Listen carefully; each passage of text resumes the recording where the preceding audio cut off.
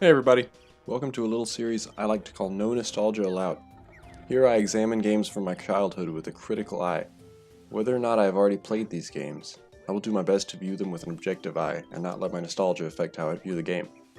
Today I'll be looking at Rare's Banjo-Kazooie, a beloved platformer from the Nintendo 64. Banjo-Kazooie is a game that was released in June of 1998, a month after I was born. Due to this, and the sad fact that I didn't own a Nintendo 64 as a child, I missed out on playing this game. Now as a 20-year-old playing the game for the first time, I see why it's praised so highly by old and new fans alike.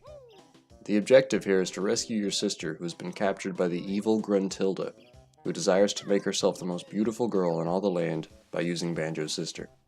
To accomplish this goal, you must collect jigsaw pieces called Jiggies to unlock new worlds, music notes to unlock sections of Gruntilda's castle, which plays as the hub world of the game, silver skulls for Mumbo the Witch Doctor, who allows you to use them to transform into a variety of animals and insects, and even a pumpkin at times, and several other things. This is something that Banjo-Kazooie absolutely knocks out of the park. There are tons of these collectibles scattered everywhere, and it's extremely rewarding to find them and know that you're making progress. These collectibles require platforming, puzzle solving, and even combat to gather. All of these collectibles are scattered across a world that consists of Gruntilda's castle and 9 individual worlds that are accessed through the castle. All of these come together to make a relatively large, but still contained map. Speaking of maps, there isn't one. This is one of my few complaints I have regarding my experience. In a world with the internet and a guide being just a few clicks away, it's not hard for someone just to look up where to go next. But in the late 90s, that wasn't really an option. I suppose that adds to the exploration factor of the game, but with the way I play, I love to have my locations known, just for my ease of mind.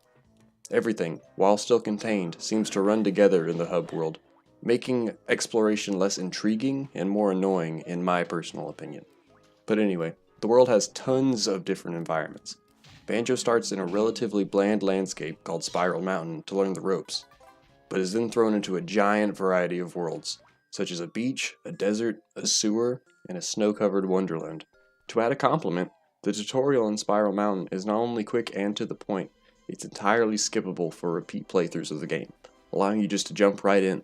And each of these worlds come with a soundtrack that I would describe as nearly perfect. The simplistic tones always seem to match the environments they're placed in perfectly.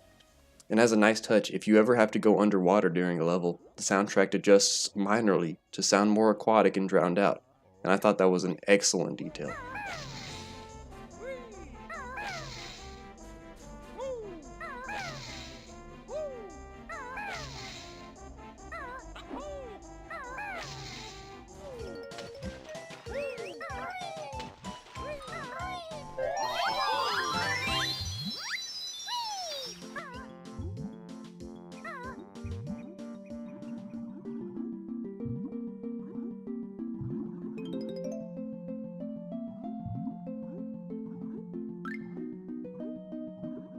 The world can be tackled in a number of different orders. The beginning is rather linear, but once the ball gets rolling, it's partially up for the player to decide where to go next. For instance, during my personal playthrough, I entirely skipped one of the earlier worlds by mistake and tackled it much later than was intended. Without giving anything away, the world also has tons of secrets around for you to discover yourself. The story does an excellent job of actually making you feel invested and making you care about the outcome. Whenever you shut off the game, for instance, it shows you a cutscene of your sister getting transformed into a monster, indicating that you failed, and I think this is a great touch to keep the player involved in the story. The dialogue and writing throughout Banjo-Kazooie is charming, hilarious, and even lewd. Constant banter and insults being thrown around between Kazooie and Bottles, the mole that constantly helps you learn new moves, are humorous and beyond their time. A minor issue I have, however, is that there is no way to speed up or slow down the pace that dialogue moves across the screen, and it moves pretty fast to begin with. If the player looks away from the screen for a few seconds, it's very easy for them to miss out on possibly important dialogue. On the other hand, if the player wishes to skip dialogue, that also doesn't appear to be an option.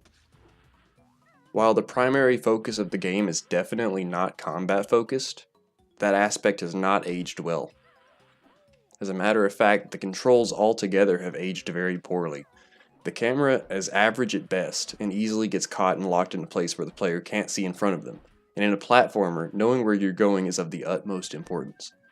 The above ground platforming works well and great at times, it's what the game's famous for. But underwater sections are absolutely horrible to control. It's extremely difficult to know where you're going in regards to your surroundings, and it's even more infuriating to navigate around obstacles. The combat above ground is just bland.